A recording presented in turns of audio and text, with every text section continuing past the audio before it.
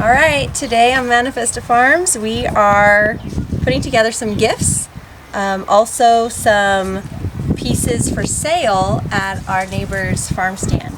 So what I like to do is look at all my succulents, my garden, some of the beds that I have, and pick out the best pieces.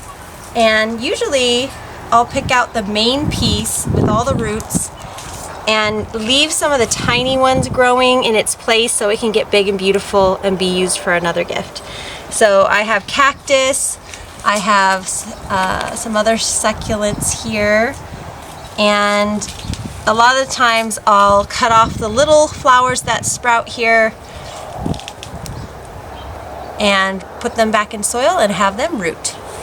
So we have those. So this is the fun part of my time on the farm. I love, love, love to come out here and just be in nature and in the sun and design and be creative. This is Mom's happy place right now. So I already did one piece that will be for sale. This is a bowl I found at the thrift store. Okay, here's succulent piece that I put together, and I just made this one mostly green with a little bit of red, and I really enjoyed with all the different textures and the shapes. I usually like to put aloe vera in here, but aloe vera does like a little more water than maybe the succulents, so sometimes I remove them and put them in their own jar, but they've done okay for me. So I'm going to show you how to do a small, I like to call them gifts because these are my gifts. This is what I like to put together when it's a wedding, a birthday, just someone's not feeling well, something beautiful that you can give, something living. And so we're going to do a small one. So let's go and fill it with our soil. We'll clean these all up afterwards, but what I like to do is if there are no holes, there's no holes in this, I'm going to go ahead and put rocks at the bottom. This allows the water to drain away from the roots as they grow down, and you want to water your succulents only when they need it. So when you see them getting dry or shriveled a little bit, then you give it a little water. You don't water them all the time. The death of succulents happens when they are overwatered. So I'm going to take a scoop of my mix. This is a third compost, which is from our neighbor's llamas, and we have a third sand or DG and a third, maybe a little less than a third, more like a seventh of perlite.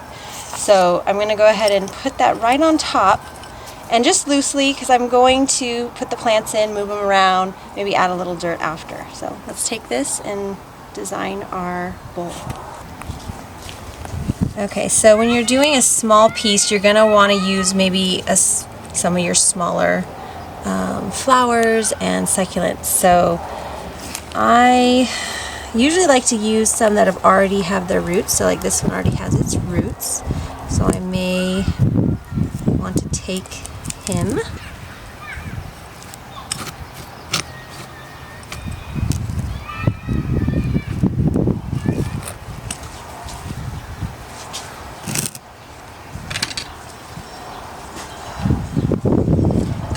I'm going to make this more of a floral piece. I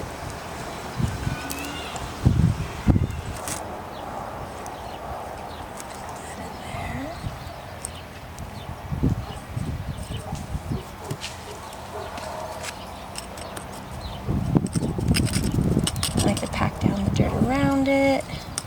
You could use a chopstick or anything you have really, a stick.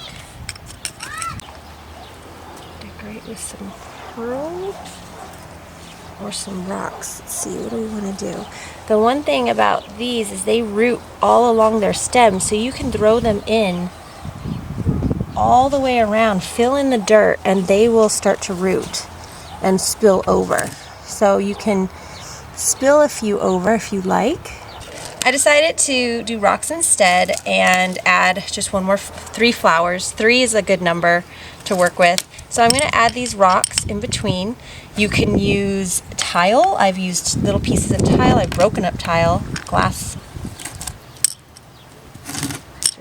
this. You can add smaller or bigger. I think for this one, smaller is better. So we'll just throw some little rock right around here. And I would take a little paintbrush and brush off each petal and then give it a little drink of water and then wipe it up. And then that's how you make a little gift. You could also put in a tag, give it a name. I'm gonna finish here and I'll show you some clips of what we got.